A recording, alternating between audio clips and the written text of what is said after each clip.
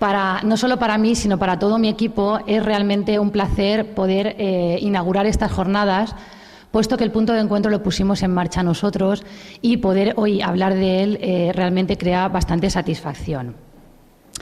Decir que efectivamente hablar de proyectos que tengan con relación con el divorcio es un poco complicado debido a que en España el divorcio todavía es muy reciente, si lo comparamos con otros países a nivel europeo o a nivel mundial, de los cuales no disponemos todavía mucha investigación o estudios que puedan corroborar todo los efectos que pueda tener el divorcio o esos recursos que queremos intentar poner en marcha.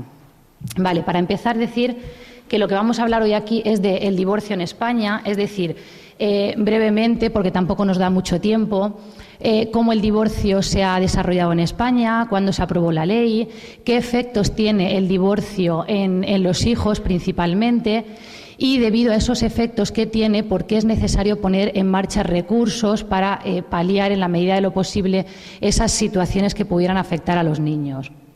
Tener en cuenta que esos recursos son, entre otros, el punto de encuentro, que actuamos principalmente desde el punto de vista de prevención secundaria, como ahora veremos. En primer lugar, empezar a decir que ¿qué es el divorcio? El divorcio es el fin de la vida conyugal, es decir, todos conocemos exactamente qué es el divorcio. Para los juristas, efectivamente, tiene un triple significado y son ellos los que mejor lo pueden explicar. Es decir, es la disolución matrimonial, que es el significado en el lenguaje técnico, es una separación personal de cohabitar, de vivir dos personas juntas a vivir separadas, es una declaración de nulidad, es decir, no es lo mismo hablar de nulidad, hablar de separación o hablar de divorcio. Introducido un poco lo que es el divorcio, es decir, no se puede empezar una presentación sin explicar un poco lo que es el divorcio, aunque todos sepamos por el lenguaje coloquial lo que es.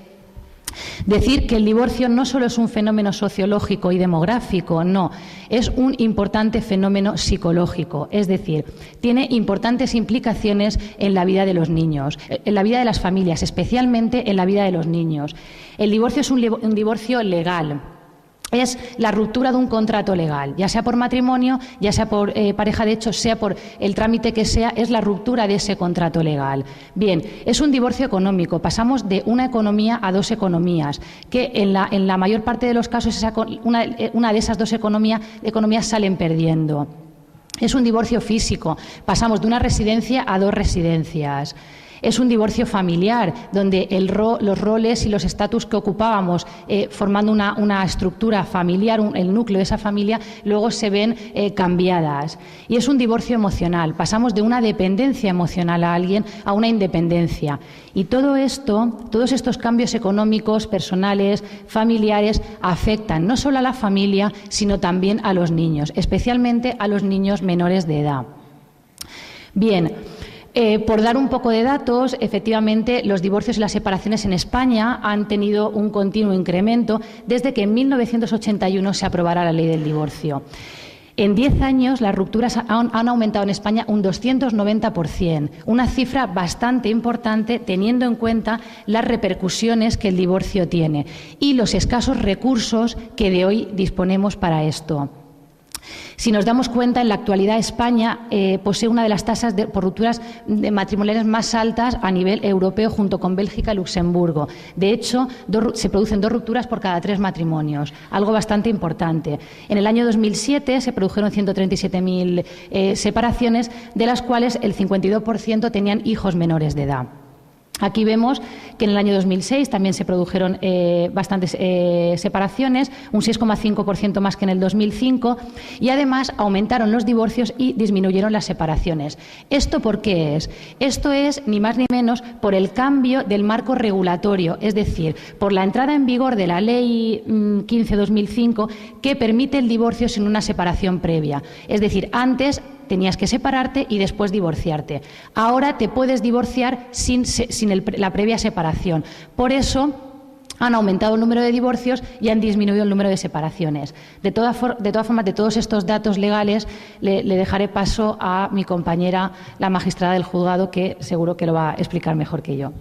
Vale, un poco por dar estadísticas, el Instituto Nacional de Estadística comprueba que efectivamente durante el 2008 en España se produjeron 131.160 nulidades, divorcios o separaciones, y de las cuales casi 17.000 solo en la Comunidad Valenciana. Vale. ¿Qué efectos, en función de estos datos del divorcio y la repercusión que tiene en España, qué efectos tiene el divorcio en España? Es decir, el divorcio por sí, hay investigaciones contradictorias en el sentido de que no está claro cómo afecta el divorcio todavía a los hijos, pero realmente lo que sí que se sabe es que el divorcio en sí no es lo que afecta, sino las vivencias que se producen dentro de esa situación. Es decir, la tensión y las vivencias que se producen antes, durante y después de la separación. El periodo anterior a la ruptura, de todos es sabido que es un periodo de conflictos, un periodo de tensión, de ansiedad, de desequilibrios, que indudablemente afecta a los niños. Posterior a la ruptura viene acompañado al margen de todos esos conflictos y esa ansiedad, viene acompañada de muchísimos cambios que supone no solo para los padres un mayor estrés, sino también para los niños, que en la mayor parte de los casos no saben ni lo que está pasando. ¿Qué pasa con todo esto? Que mientras la unidad familiar actúa de soporte y protección para esos niños, la ruptura puede desencadenar un periodo de desorganización y cambios. Aunque la ruptura sea por un cambio a mejor, pero ese cambio situacional momentáneo suele desestabilizar a los menores. Para ilustrar un poco lo que estoy diciendo, puesto que es difícil con vídeos, en otras ponencias, en otras jornadas, sí que hemos podido, cuando es otro tema, poner vídeos con los niños. En este caso es más complicado. Entonces, una película muy famosa que seguro que todos conoceréis, la de Kramer contra Kramer, ilustra muy bien lo que es el divorcio. ¿Tostadas francesas? Pues no se hable más. Pondré un poco de agua para que papá tome café. ¿Cuántos huevos tenemos? 2 para ti y 2 para mí. Sí. Hay leche y mantequilla. ¿Qué más queremos, no? Esta es la situación que se produce después de un divorcio. Es decir, cómo el padre intenta mantener la calma. Fíjate, con una mano. ¿Sabes que los mejores cocineros son hombres? Seguro que no lo sabías. Qué divertido, ¿eh? Esto es divertidísimo. Habrá que hacerlo más a menudo. Ha caído un trozo de cáscara. Eso da igual. Así está más crocante. La tostada francesa tiene que estar crocante. Ah, ya sé lo que haremos. Tú bate los huevos. Y yo me encargo de lo demás. ¿A qué hora tienes que estar en el cole? A las 8:30. Pues hay que darse prisa porque yo tengo que ducharme, afeitarme y lavarme el pelo. Y luego ir a la oficina. Papá tiene que ganar dinero. Y no solo eso. Además, papá tiene que cocinar ahora. Qué bien lo estamos pasando. A ver, ¿dónde guarda mamá la...? En el horno. ¿Se oye bien? En el horno. Lo primero es encender el fuego. No lo estás haciendo bien. Ven aquí. No se hace así. Hay que hacerlo más deprisa. ¿Ves? Mira mi muñeca, para que la clara se disuelva. Luego se coge el pan y después... Después se dobla, exactamente. Entonces se dobla el pan y... Se te ha olvidado la leche. ¿La leche? No, la leche va al final. Cuando se lo pasa uno bien se olvida de lo más importante, ¿verdad? Lo he hecho por ver si te estabas fijando. Hacía mucho tiempo que yo no cocinaba. Qué divertido, ¿eh? ¿A ti mamá te deja estar en la cocina? No me gusta. ¿Te diviertes? ¿A que sí? Claro que sí, esto es fenomenal. No sé el tiempo que hacía que no lo pasaba tan bien. Papá se va a hacer un cafetito. Eso es demasiado café. No, me gusta fuerte. Mamá lo hace demasiado claro. ¿Puedo tomar jugo de naranja? Jugo de... Claro, enseguida. Jugo de naranja. ¡Marchando! Papá, que se quema. ¡Que se quema! ¿Eh? ¡Que se quema! ¡Ay, Dios! ¡Ay, Dios! ¡Mi mano! ¡Maldita sea tu madre!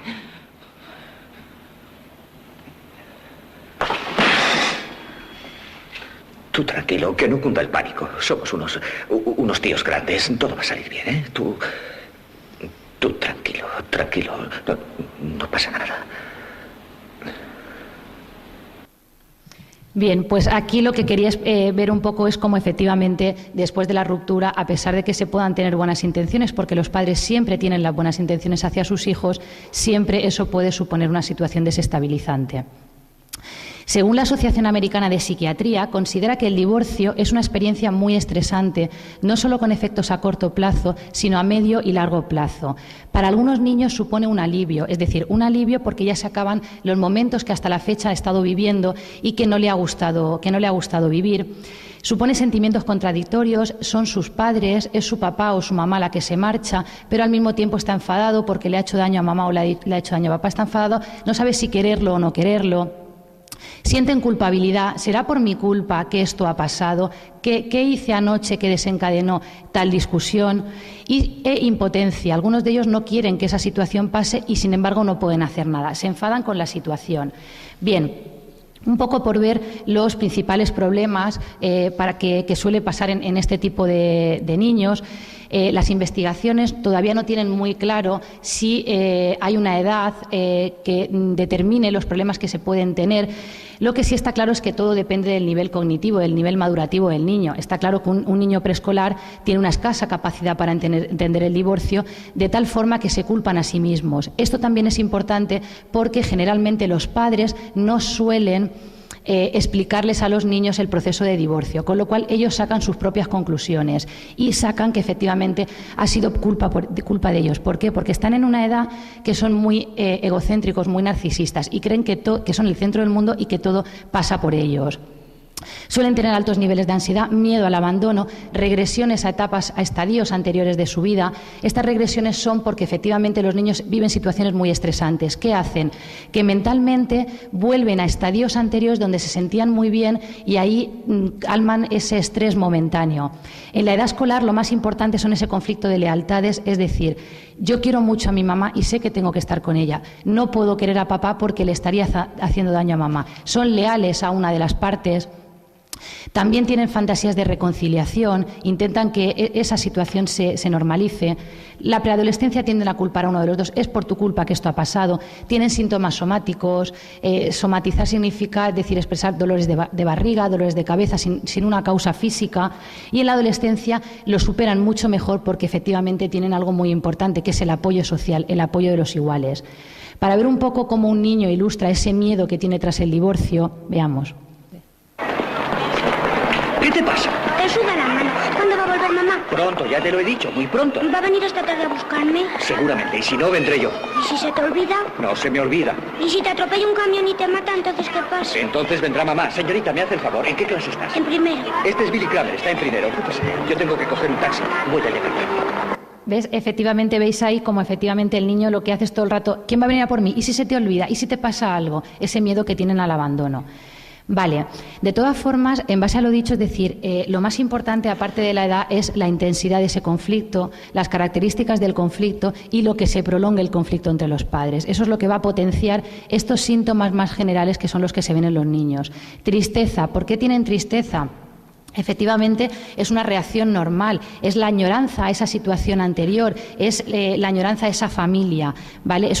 La tristeza es una emoción adaptativa, al igual que el miedo. El problema es que se haga crónica. El enfado, están enfadados con la situación, que eso a veces produce rabietas y desobediencia. A veces los padres aquí suelen decir, ¿qué le estará diciendo la otra parte? Que el niño está muy cabreado conmigo. A veces no le están diciendo nada, simplemente está enfadado y está enfadado con una de las partes y eso hace que esté mucho más desobediente. Regresión, como ya hemos dicho, se hacen pipí en la cama, piden el chupete, quieren comida triturada. Problemas de alimentación, generalmente suelen o comer mucho o no comer nada. De esto ya hicimos una investigación, un estudio en la Fundación, de los cuales salieron resultados bastante interesantes. Se vuelven hiperresponsables, es decir, al irse papá o mamá de casa, parece que yo, que soy mayor, tengo que ocuparme de casa y ocuparme del hermanito. ¿Bien? Tienen miedos, otra emoción adaptativa, miedo al abandono principalmente. Se culpabilizan por la situación, porque como no la entienden, creen que ha sido culpa de ellos, porque mamá y papá encima no les hablan mucho o están enfadados la mayor parte del tiempo. Suelen tener problemas de adaptación escolar, normal. Se sienten solos, no porque los papás los dejen solos, sino porque hay un vacío en casa y eso les repercute. Tienen problemas de sueño o bien duermen poquito, se interrumpen el sueño a medianoche y tienen fantasías de reunificación. Estas son las principales emociones que se suelen ver en los niños. Bien, ¿cuál es el problema de todo esto? El problema de todo esto es que no dar una buena explicación a un niño puede tener serias consecuencias. ¿Por qué? Porque un niño le va a intentar buscar el significado que él considera y eso es peligroso, porque efectivamente nunca va a ser el significado real de la situación. De ahí la importancia que los últimos estudios dicen que es importante que los padres expliquen adecuadamente el divorcio a sus hijos y con el proceso que se debe de seguir para garantizar un mejor ajuste psicológico a largo plazo. Para que veamos un poco lo que no se debe de hacer. ¿Para ti? Mamá se ha marchado. Algunas veces en la vida los papás se marchan y las mamás se quedan con sus hijos. Pero alguna vez una mamá también se va. Tu papá te cuidará muy bien. Me he ido porque quiero hacer algo interesante por mí misma en el mundo. Todos debemos hacerlo y yo también.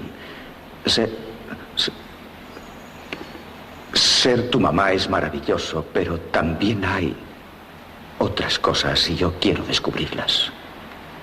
No tuve ocasión de decirte esto y por eso te escribo ahora. Yo siempre seré tu mamá. Y siempre te querré. Solo que no seré tu mamá en casa, seré tu mamá en el corazón. Ahora tengo que...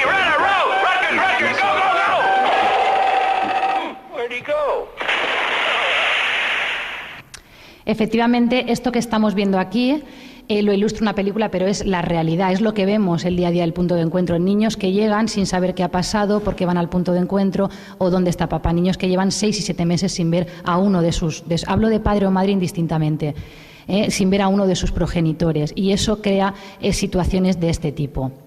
Vale, en función de lo dicho, decir que, puesto que el divorcio crea una serie de cambios que lanzan a toda la familia a una situación desestabilizante, principalmente dicen que el periodo más crítico es el año posterior a la separación, entre el año y los 3 años, que durante ese periodo surgen entre los padres los problemas de acuerdos entre ellos, acuerdos en las entregas y recogidas, es donde más dificultades hay, de ahí el riesgo que pueda incidir en los niños, de ahí la importancia de recursos adecuados para salvaguardar siempre los intereses del niño y de la familia, de ahí la necesidad de crear recursos como el punto de encuentro familiar, en este caso de Elche.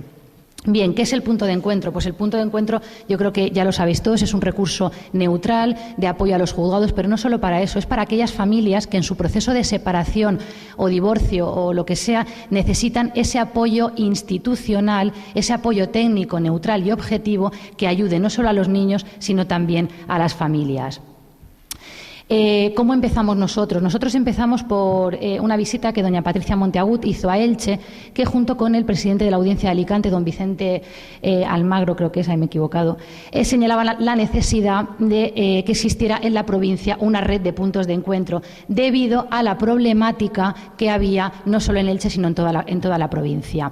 Además, reconoció, como ya han comentado el personal que estaba en la presidencia de la mesa, que efectivamente los juzgados tenían un serio problema. No sabían qué hacer con el régimen de visitas, no sabían cómo garantizar su cumplimiento y garantizar su cumplimiento en condiciones adecuadas. Por lo tanto, en el 2004 se firman los convenios convenientes y en junio del 2005 empezamos a atender nuestro primer caso. Hasta ahora, es decir, en principio se pone en marcha para 40, 50 casos, hoy por hoy tenemos 305 casos, de los cuales activos tratamos al mes unos 90, 100 casos, es decir, una cifra bastante importante. Vale, la fundamentación legal de los puntos de encuentro, bueno, tampoco tiene mayor relevancia. Hay una ley en la Comunidad Valenciana que lo apoya. ¿Qué objetivos tiene el punto de encuentro? En primer lugar, y no por ser más importante, pero sí que es cierto, prioritario, garantizar la seguridad y el bienestar de los hijos menores de edad. ¿A qué me refiero con garantizar esta seguridad? A evitar la manipulación y los conflictos. Es decir, las entregas y recogidas se hacían en el hogar. Una entrega y recogida en el hogar supone enfrentamiento entre las partes, discusiones entre los padres, que el niño vivencie situaciones que no sean adecuadas para ellos. Además, si tenemos en cuenta cuando tenía que venir la policía para bajar al niño de casa, entregárselo al padre, es decir, situaciones que no garantizaban su seguridad para nada. Y, por otro lado, también tener en cuenta que, gracias a los puntos de encuentro, el niño puede relacionarse tanto con su padre como con su madre. Y así favorecemos ese derecho del niño de tener un padre y una madre, siempre hablando en condiciones adecuadas. Todo esto, ¿por qué se hace? Siempre buscando la salud física y psicológica de la familia, no solo del niño, sino también de las partes. Actuamos desde un punto de vista de la prevención secundaria. ¿A qué me refiero con eso? Es decir, que ante una situación problemática como es la situación del divorcio, actuamos intentando detectar aquellos casos que pudieran necesitar ayuda antes de tener algún problema el niño, ¿vale? Siguiente, ofrecer asesoramiento y orientación a los padres para mejorar las relaciones paternofiliales. Esto es la parte a lo mejor más difícil para los profesionales del punto de encuentro, teniendo en cuenta que los padres hay que entenderlo, los padres pasan por un proceso de separación que es muy duro para ellos y a veces cuando llegan al punto de encuentro, que es el último vagón del tren, llegan muy cansados, muy saturados y parece como que enfadados con nosotros y aún no nos han conocido. Entonces es muy difícil llegar a ellos, tener en cuenta que aplicar la psicología tiene que ser voluntaria por parte de los partes. No podemos obligarle como si le damos un gelocatil para que se le quite el dolor de cabeza. Tiene que haber voluntariedad y predisposición, motivación por las partes. Aquí tenemos siempre un pequeño problema. También, efectivamente, cuando a una de las partes le dices que tiene que ver al otro progenitor, el niño, pues siempre eso no les gusta mucho, ¿vale? Bueno, ¿por qué es importante ofrecer asesoramiento para aquellas familias que quieran recibir nuestro apoyo? Es importante porque todos tienen un patrón de comportamiento común, es decir, todos vienen con falta de información. Todos vienen con una falta de asesoramiento, todos vienen con falta de habilidades parentales, no porque no sepan ejercer como padres, sino porque la situación efectivamente es una situación importante y les desborda un poco. ¿Qué hacen tras el divorcio? Siempre, generalmente, culpabilizan a la otra parte, sea o no sea cierto, es decir, siempre culpabilizan a la otra parte, tratan de desprestigiarlo o no asumen su parte de responsabilidad. Incluso a veces utilizan a los niños o bien como espías o bien como mensajeros sin ser conscientes de las repercusiones que eso pudiera tener. En base a esto, ¿qué tipo de intervención hacemos nosotros? No intervenimos desde el punto de vista clínico, no hacemos tratamiento ni hacemos evaluaciones, no es nuestra competencia a pesar de tener la formación, no. Nuestra competencia, como he dicho, es la prevención y detección de posibles problemas que podamos observar en esos niños y en el momento que detectemos algo, derivarlo, o bien al perito judicial que haga una evaluación, o bien al psicólogo clínico de educación o de que sea, para que haga la evaluación en ese niño y, por tanto, el tratamiento, o bien a los sistemas judiciales, organismos públicos, bienestar social o quien sea. Siempre, claro, avisando a las familias, puesto que tienen el derecho sobre el menor. Nosotros lo que hacemos es una intervención familiar, es decir, ayudamos a los padres a ser padres, es decir, les ayudamos a adquirir habilidades de comunicación, acercamiento emocional, aprender a cuidar a los niños. Eso es lo que hacemos, intervención familiar, generalmente en el no custodio y en el niño, que son los que pasan más tiempo allí. Vale. Aparte de esto, siempre también emitimos circulares periódicas recordándoles un poco qué es ser padres y qué sería aconsejable que hicieran. Siempre les hacemos un recordatorio porque a veces con estos procesos se olvida, al igual que las competencias que tenemos el punto de encuentro. A veces tanto los padres como otros organismos nos ponen unas competencias que no son las nuestras, son competencias a lo mejor del órgano judicial o de los letrados o de cualquier otro profesional.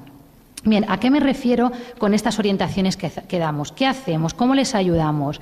Es decir, a veces los padres se presentan como víctimas, es decir, o bien como víctimas o bien para satisfacer una necesidad personal. Es decir, se oyen frases como: a partir de ahora solo tengo a mis hijos, ellos son los que me cuidan, ahora nos hemos quedado solitos, el papá ya no quiere estar con vosotros, me siento tan triste cuando llega la noche que solo puedo conciliar el sueño si mi hijo se acuesta conmigo, y duermen con ellos. Es decir, todo esto... o mi hijo tiene que saber toda la verdad. Eso suele pasar en las entrevistas o en las entregas y recogidas. Cuando intentamos hablar con los papás nos dicen: mi hijo tiene que saber toda la verdad. No, su hijo no tiene por qué saber toda la verdad, o tiene que saber la verdad que él puede tolerar. Y eso es un poco en lo que nosotros incidimos. Es decir, les intentamos decir: ¿qué quieres conseguir con darle esa información y para qué sirve darle esa información a su hijo? Es decir, todo lo que estás haciendo vamos a intentar reconceptualizarlo para que lo puedas hacer mejor. ¿Bien?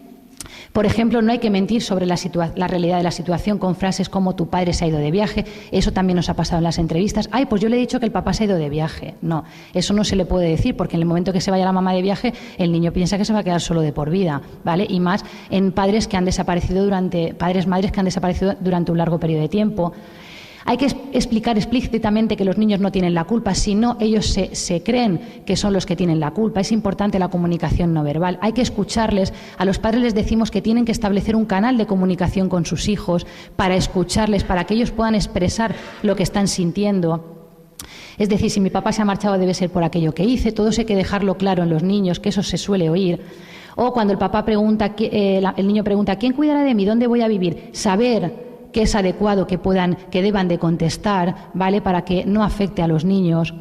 O si les pregunta por qué lloras tanto, mamá, no decir porque me he separado, porque tu padre, o porque no sé cuántos, o porque lo otro, ¿vale? Es más fácil enseñarle al niño que es fácil expresar emociones y que eso le va a favorecer su crecimiento personal. Que él también puede llorar con mamá porque papá o mamá se han marchado, que no pasa nada. O, por ejemplo, si los padres de Marco estuvieron a punto de divorciarse, si yo me porto bien vais a reconciliaros, sentimientos de culpa. También hay que dejarle claro al niño que el divorcio de su amiguita no es como nuestro divorcio, que es diferente, porque a saber lo que pasa en ese divorcio no crea que el niño en el suyo también va a pasar. ¿Qué no se debe hacer? No se debe pedir al niño que transmita información, no se debe utilizar como mensajero, no se debe interrogar al niño. No se le puede pedir que se posicionen, que guarden secretos o que decidan con quién prefiere vivir. Eso es en lo que principalmente nosotros incidimos, en las reglas del divorcio para los padres.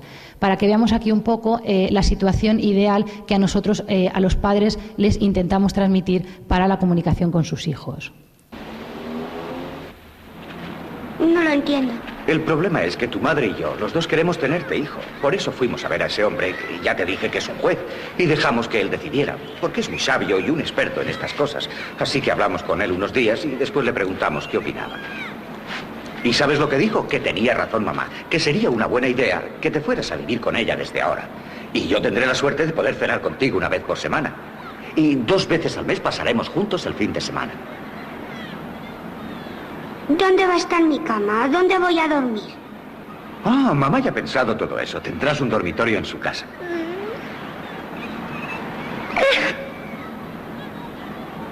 ¿Dónde guardaré todos mis juguetes? En casa de mamá. Los llevaremos todos allí. Anda, vamos a comprar un helado. Y con un poco de suerte ya verás cómo te compra otros. ¿Quién me leerá cuentos por la noche? Pues mamá. Tú no irás a darme un beso a la cama, ¿verdad? No, no voy a poder ir, pero sí podré ir a verte. Todo se va a arreglar. Ya lo verás. Si no me gusta, puedo volver a casa. ¿Cómo si no te gusta? Lo vas a pasar en grande con mamá. De verdad, ella te quiere mucho. Papá, ya sabes, si algún día te sientes solo, llámame, ¿eh?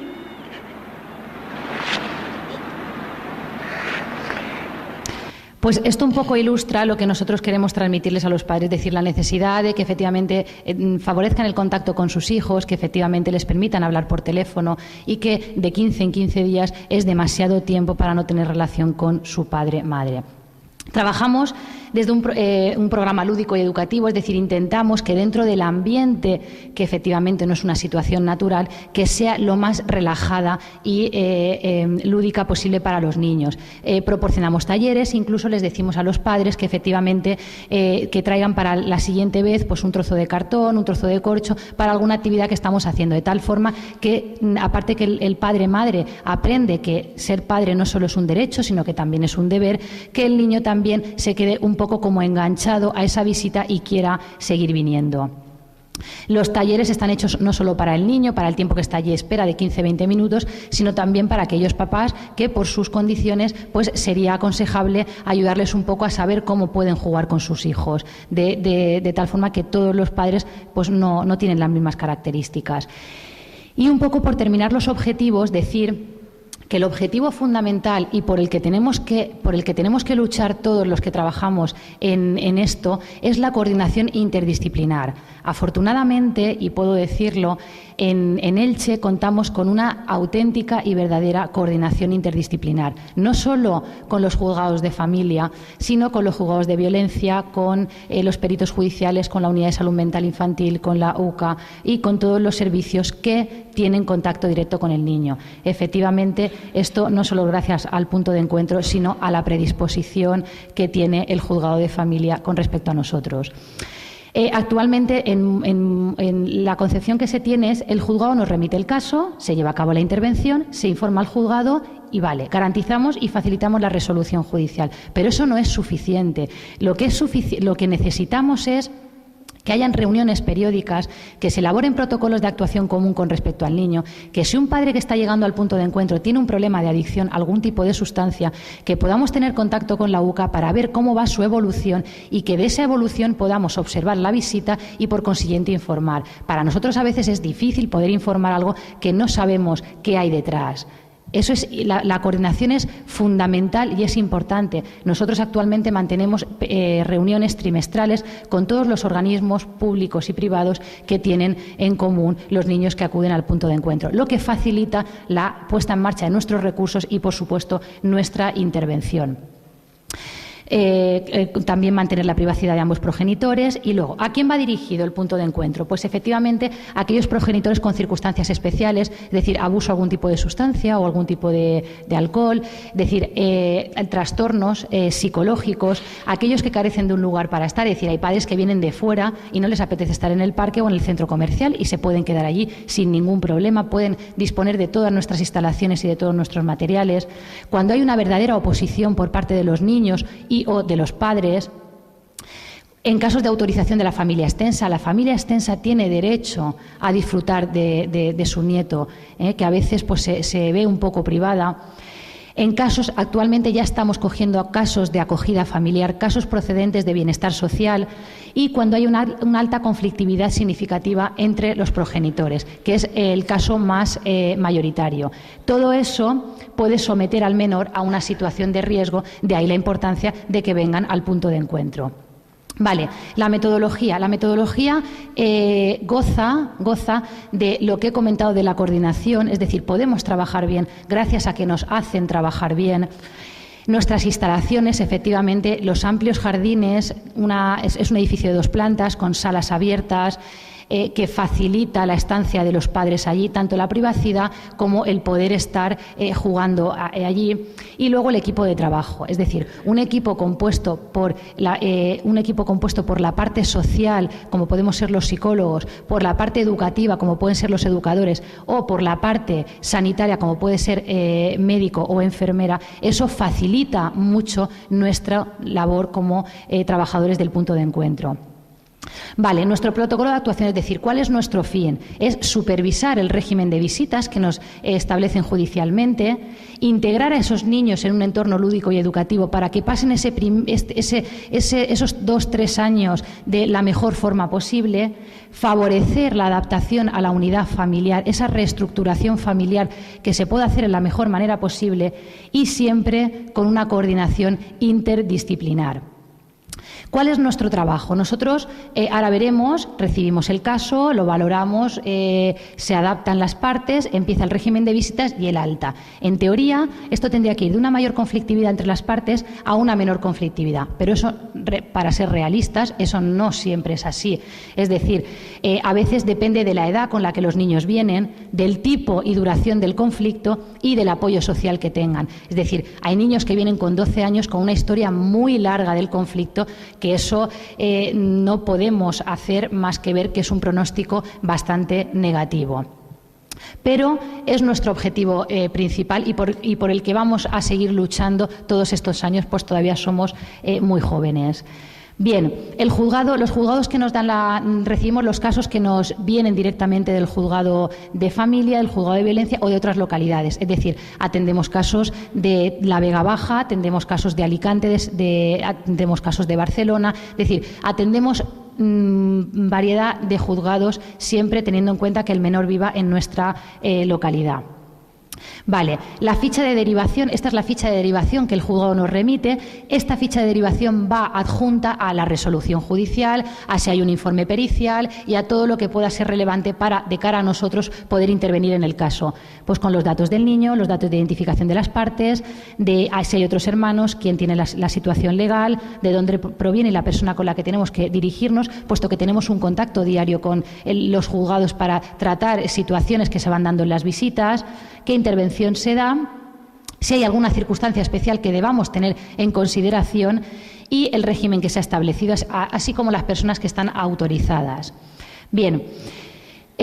Con respecto a la fase inicial, a lo que es la valoración, primero se hace lo que es la revisión del caso. Una vez que llegamos, vemos a ver qué caso nos ha llegado, si es una entrega recogida, es una visita tutelada, qué caso nos ha llegado y efectivamente abrimos el expediente.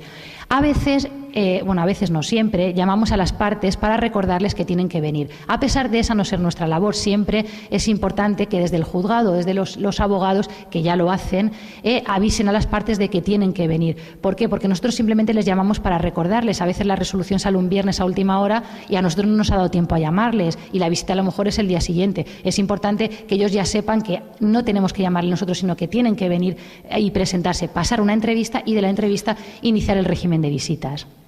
Bien, después hay una fase de adaptación para aquellos que lo solicitan y que, por supuesto, da tiempo, es decir, que la resolución se recibe con tiempo. Para el niño, si hay información sobre su estancia en el centro, cuando ellos llegan le explicamos por qué están aquí, que vienen a ver al papá, que vienen a ver a la mamá y por las circunstancias que tengan que estar. Se hace una visita también de las instalaciones para aquellos también que lo soliciten y, sobre todo, para los padres se hace una entrevista a ambas partes por separado, donde le damos información del centro, de qué es el punto de encuentro, les explicamos las normas de funcionamiento y también las firman para que ellos tengan constancia de que efectivamente tenemos unas normas. Se le presenta al equipo las ventajas de utilizar este recurso, es decir, por qué sería para su caso importante utilizar el punto de encuentro. A veces se les da explicaciones de la resolución judicial, pues la modalidad que tienen, el tiempo que van a estar y demás, las condiciones en las que se va a llevar y se les da el calendario del punto de encuentro y se les ofrece información y firman el consentimiento en los casos donde estemos haciendo algún estudio de investigación que sea relevante para ellos, así como se le dan las circulares que hasta ahora pues no se le hayan podido dar. En estas entrevistas también se les ofrece a que efectivamente tienen un servicio, un equipo de multidisciplinar a su disposición para lo que ellos precisen. Pero como decía, pues a veces es un poco difícil porque efectivamente la situación en la que llegan pues no es la mejor. Bueno, las normas son estas, efectivamente, pues que no se puede entrar, no se puede fumar en el centro, que tienen que presentar las autorizaciones cómo se deben de hacer o qué tipo de profesionales y demás. Vale. Con respecto al desarrollo de las visitas, hay 3 tipos de visitas. Están lo que son las entregas y recogidas, las visitas tuteladas y las visitas tuteladas sin intervención. Con respecto a las entregas y recogidas, ¿qué candidatos van a tener lugar a este servicio? Pues efectivamente aquellos donde no haya un problema, salvo la conflictividad alta entre los padres, o en aquellos casos donde el niño principalmente pueda rechazar al padre o a la madre, pero no por la condición del niño ni del padre, sino por la situación que han podido vivir. Es decir, que no hay un riesgo más que la pura conflictividad que hay. Esto quiere decir que una sentencia pone, hay un régimen de visitas con respecto al padre, a la madre, de 10 a 8. ¿Ya? ¿Voy mal? Vale. De 10 a 8. Quiere decir que el progenitor no custodio, el custodio tiene que entregarlo a las 10 menos cuarto, el no custodio vendrá a las 10 y el no custodio lo entregará a las 8 y el custodio lo recogerá a las 8 y cuarto. ¿Qué quiere decir? Que la resolución se cumple para el no custodio tal como establece de 10 a 8 y los 15 minutos de margen se le quitan al custodio para que no se puedan encontrar en el centro. Me voy a dar un poquito de prisa. Estas son el protocolo de observación que seguimos, no me va a dar tiempo a explicarlo. La visita tutelada sin intervención es aquella que efectivamente los profesionales trabajamos como observadores no participantes, es decir, ellos pueden perfectamente llevar su visita y nosotros simplemente observamos y cedemos las instalaciones. Intervenimos, por supuesto, pero no como intervendríamos en las visitas tuteladas con intervención, donde sí que efectivamente tenemos que trabajar con el padre, con el niño. Hay una fase educativa donde se le dice qué vamos a hacer, hay una fase de intervención familiar y hay una fase de después educativa, un poco recapitulando todo lo que se ha visto, y eso se lleva una periodicidad. Bien, para ver un poco qué es el punto de encuentro, brevemente voy a poner un vídeo para todos aquellos que no lo conocéis, no solo nuestras instalaciones, sino a nivel visual cómo trabajamos.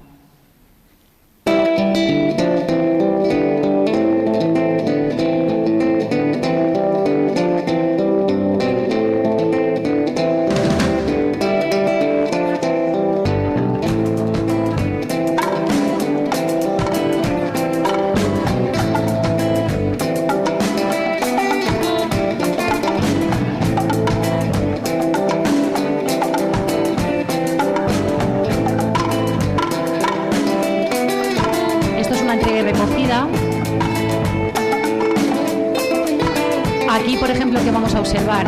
Cómo se despide el custodio y el no custodio del niño, cómo viene el niño, qué comunicación verbal y no verbal hay, qué comentarios puede decir el progenitor. Este es el tiempo de espera, es decir, el custodio lo deja y mientras tanto, efectivamente aquí hay pocos niños porque esto no es la situación real, es decir, espera jugando con otros niños o bien participando en los talleres o bien en los columpios donde mejor quieran.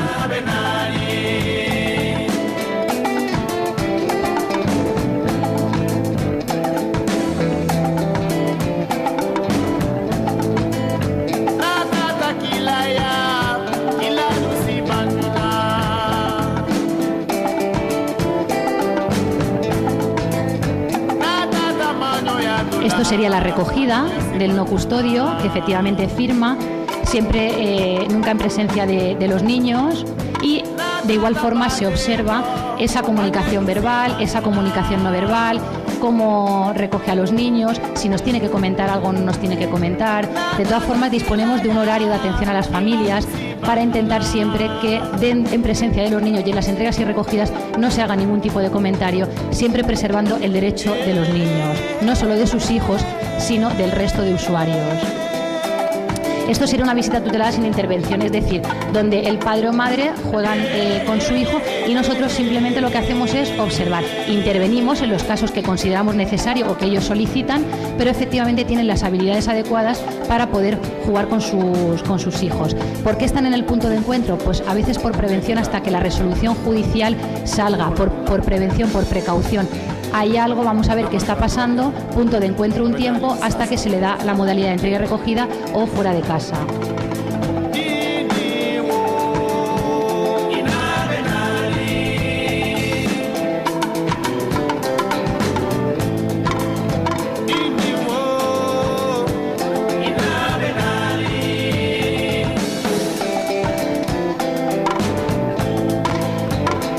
La visita tutelada con intervención es lo que decíamos, es decir, hay una primera fase donde efectivamente se trabaja un poco con el padre, la visita tutelada con intervención es donde realmente se ve que pudiera haber algún tipo de problemática en los padres o en los niños, entonces se trabaja un poco, pues que vamos a hacer esto, vamos a intentar hacerlo de tal forma, estas son las habilidades que deberías de hacer, cómo detectar la información del hijo, cómo reclamar afecto, cómo expresar afecto,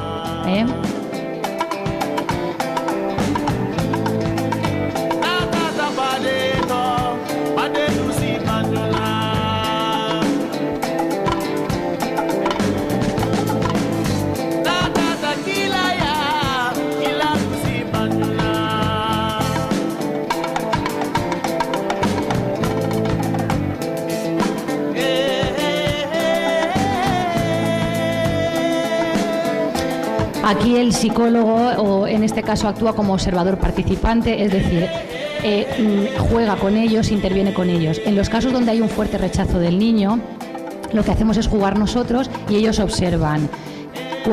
Conforme se va trabajando la visita, el psicólogo ya actuaría a lo mejor como un moderador hasta que se va desplazando hasta el punto de vista de observación. No en todos los casos efectivamente se consigue, pero es el objetivo. Bien, una vez finalizadas las visitas, se hacen los informes de seguimiento que hemos pasado rápido para mandar los informes periódicos al juzgado, que son informes de primera visita, informes largos, informes de inasistencias, informes de notificación de visitas, para que el juzgado esté informado de todo lo que ocurre. Tenemos un protocolo de actuaciones especiales cuando detectamos algo que pudiera ser de carácter bastante problemático, cómo actuar ante esas situaciones. Todo lo llevamos con las reuniones de coordinación que hemos dicho. Y el cese del servicio tiene que ver bien por el punto de encuentro, es decir, por recomendación, aunque realmente oficialmente solo lo puede hacer el juzgado o por mutuo acuerdo de las partes que lo piden al juzgado. ¿Qué ventajas tiene para el custodio? Pues que puede tener información del desarrollo de las visitas, que su hijo va a tener un trato adecuado, se va a asesorar si lo necesita y la disminución de la manipulación del menor en aquellos casos donde la hay. Para el no custodio, que puede ejercer de padre de forma activa, para los dos que puede haber una vía de acercamiento, el punto de encuentro es una medida temporal que tiene que terminar en que la entrega y recogida la vayan a hacer ellos. Para el menor, efectivamente, simplemente tener un derecho y un deber como hijo y para el órgano judicial el cumplimiento y la información que le enviamos. Todo esto, por supuesto, es gracias a un equipo de trabajo que trabajamos día y día para conseguir que tanto los niños como sus familias sean lo más felices posibles. Tenemos un horario que tampoco da mucho tiempo a explicar, es decir, trabajamos los fines de semana, miércoles y viernes, todas las mañanas atendiendo a las familias y un poco hacer el balance de lo que ha sido nuestra historia, es decir, recibimos casos mayoritariamente del juzgado de familia, de niños entre 6 y 8 años, atendemos un volumen importante. Prevalecen las entregas y recogidas, pero visitas tuteladas también hay un volumen importante. Aquí pone que prevalecen también los niños, pero tampoco hay gran diferencia y la custodia principalmente la tienen los padres. Con todo esto, muchas gracias por vuestra atención.